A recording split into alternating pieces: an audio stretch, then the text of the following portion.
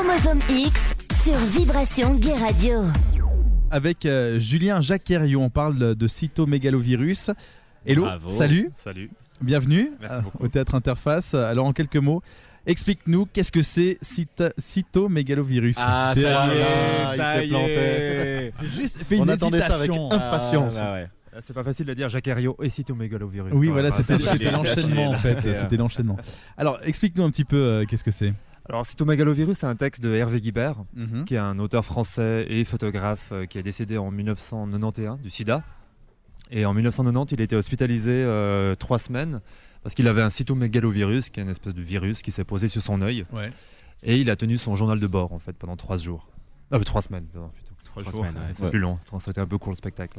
Et du coup, voilà, c'est ça, c'est son quotidien en fait à l'hôpital, ce qu'il vit tous les jours, ses ressentis, ses émotions, les visites qu'il a Ok. et son combat contre la maladie en fait. Et pourquoi cette envie de jouer cette pièce? C'est quoi le point de départ pour toi? Le point de départ, c'est en fait, moi je me suis formé à la Manufacture à Lausanne, c'est une école de théâtre.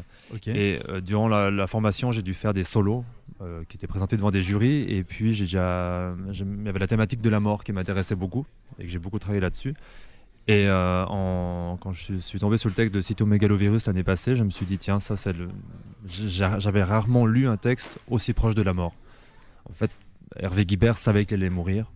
Et il a fait de sa mort, en fait, il a fait une œuvre. Il y a Mhm. L'ami qui m'a pas sauvé la vie, il y a plusieurs romans qui sont sortis. Et cytomégalovirus, c'était vraiment au plus près de la mort.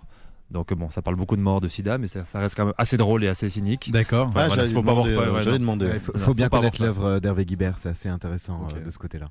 Oui, vraiment, je trouve que c'est vraiment c'est assez passionnant parce que il avait écrit beaucoup de romans plus jeunes Mhm. et une fois qu'il a su qu'il avait le sida dans les années 80-85, il a commencé à parler de sa maladie et de l'évolution de cette maladie et de la relation aux autres. Et c'était un des premiers dans ces années-là à écrire son quotidien. Et en fait, c'est de l'auto-fiction, donc tout est vrai, mais tout est un peu faux, tout est un peu fictionnalisé quand même pour être lu et diffusé. D'accord. Alors justement, après, quand tu pars d'un texte, comment tu as construit le spectacle? Alors moi je travaille beaucoup avec des sources d'inspiration, des images, des vidéos. Et ce qui est bien avec Hervé Guibert, c'est qu'il a vraiment une œuvre photographique et littéraire énorme et cinématographique aussi. Il a gagné un César avec, je sais plus, non, tu sais pas Non, me dire, je un sais- je César saurais pas avec te dire Patrice non plus. Chéreau, voilà, ils ont Ah, avec gagné- Chéreau, avec Chéreau, ils avaient gagné avec le Chéreau, César. ouais. Il était très ami avec Isabelle Adjani. Et en fait, je m'inspire de toute sa filmographie, de ses photographies, pour en faire du mouvement, en faire une partition corporelle. Et je différencie vraiment le corps et le texte. Donc, ma voix dit le texte de Hervé Guibert, enfin, je joue cette partie-là. Et mon corps raconte autre chose, raconte l'enfermement, raconte les visites extérieures qui viennent le voir à l'hôpital, que ce soit ses amis proches, que ce soit les infirmiers, le personnel hospitalier. Où il y a beaucoup dans le texte aussi tout ce qui est médical, donc c'est-à-dire les seringues, les perfusions, etc., qui le pénètrent à l'intérieur. Et j'en fais une partition corporelle, c'est comme une chorégraphie. Et voilà ce que je peux en dire, en tout cas. Donc tu sans- es seul sur scène, hein, c'est ça? Seul sur scène, ouais, ça dure 1 heure. Seul sur scène, mais j'ai quand même une équipe avec moi tout le long de la création. Mhm. Durant les répétitions, j'ai une scénographe, j'ai un éclairagiste, j'ai des aides extérieures pour le corps et puis pour le jeu. Donc on a une équipe comme ça de 7-8 personnes à créer ce spectacle depuis plusieurs semaines maintenant. Et justement, alors ça se passe au centre culturel, quartier Au culturel, quartier culturel de Malévo de Malévo, théâtre du Raco. Le lieu est incroyable. est incroyable. C'est vraiment un connaît théâtre. un peu, ouais. Vous Oui, connaissez un peu. il faut aller découvrir cet endroit-là, Oui, c'est assez génial. Ouais.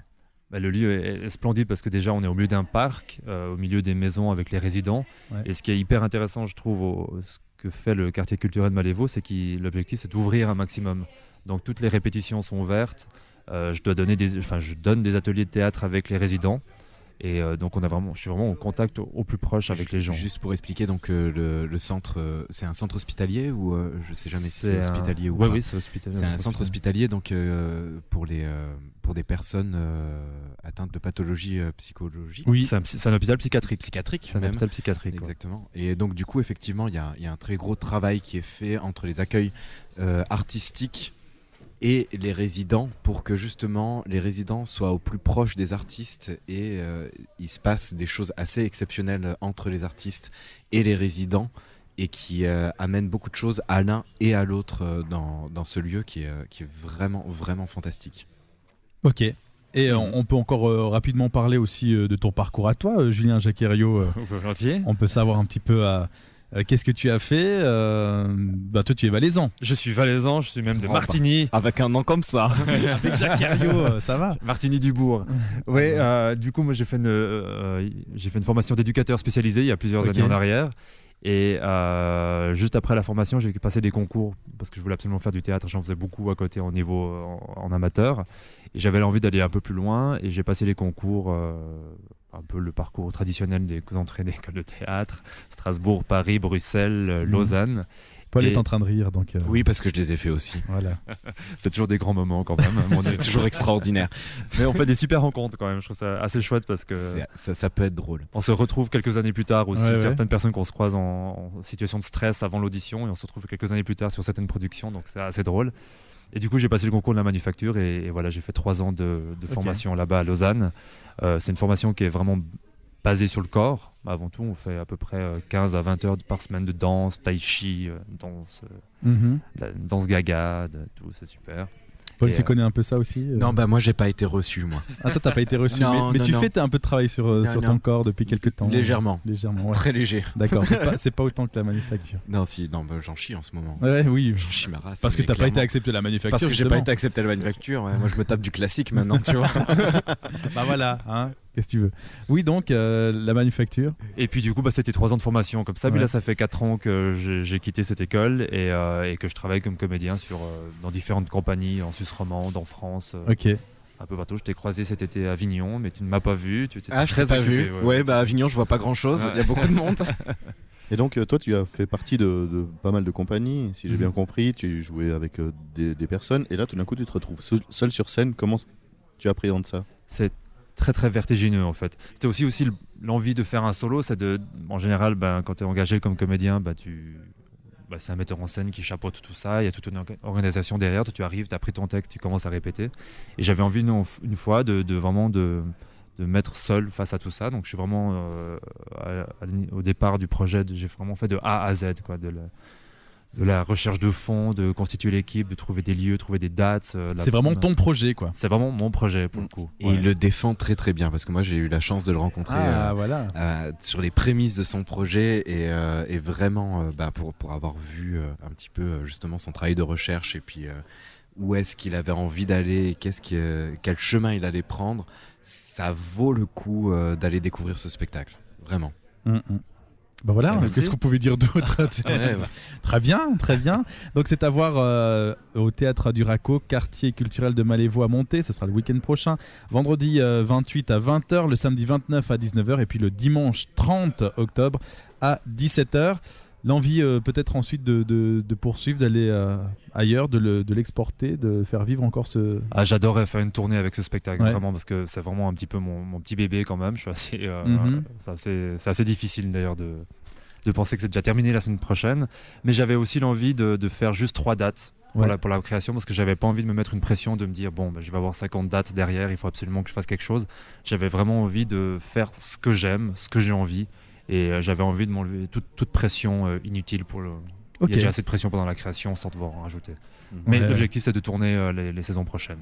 Ok. Ouais, j'imagine, hein, le travail.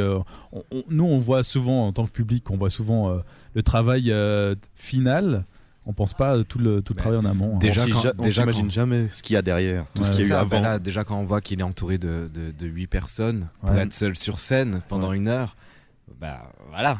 On voit tout de suite, voilà. Déjà, ça bouge pas mal de choses, quoi. Mmh, Dans la absolument. perception d'un spectacle comme ça. On peut avoir plus d'informations sur Internet. Oui, sur le site du quartier culturel de Malévo. Ok. Et sur toi, on peut aussi trouver des informations sur. On peut trouver des choses sur toi sur Internet. Il faut Ouais. fouiller un petit peu, Faut fouiller. chercher un petit peu. Faut Vous tapez gratter. Julien Jacquerio. J'imagine qu'on va trouver des choses. Oui, vous allez trouver des informations sur Internet, Très sur bien. Google. Très bien. Merci Julien d'être passé quelques instants avec nous pour parler donc de cette pièce Cytomégalovirus, donc Bravo. à découvrir le week-end prochain. Chromosome X sur Vibration Gay Radio.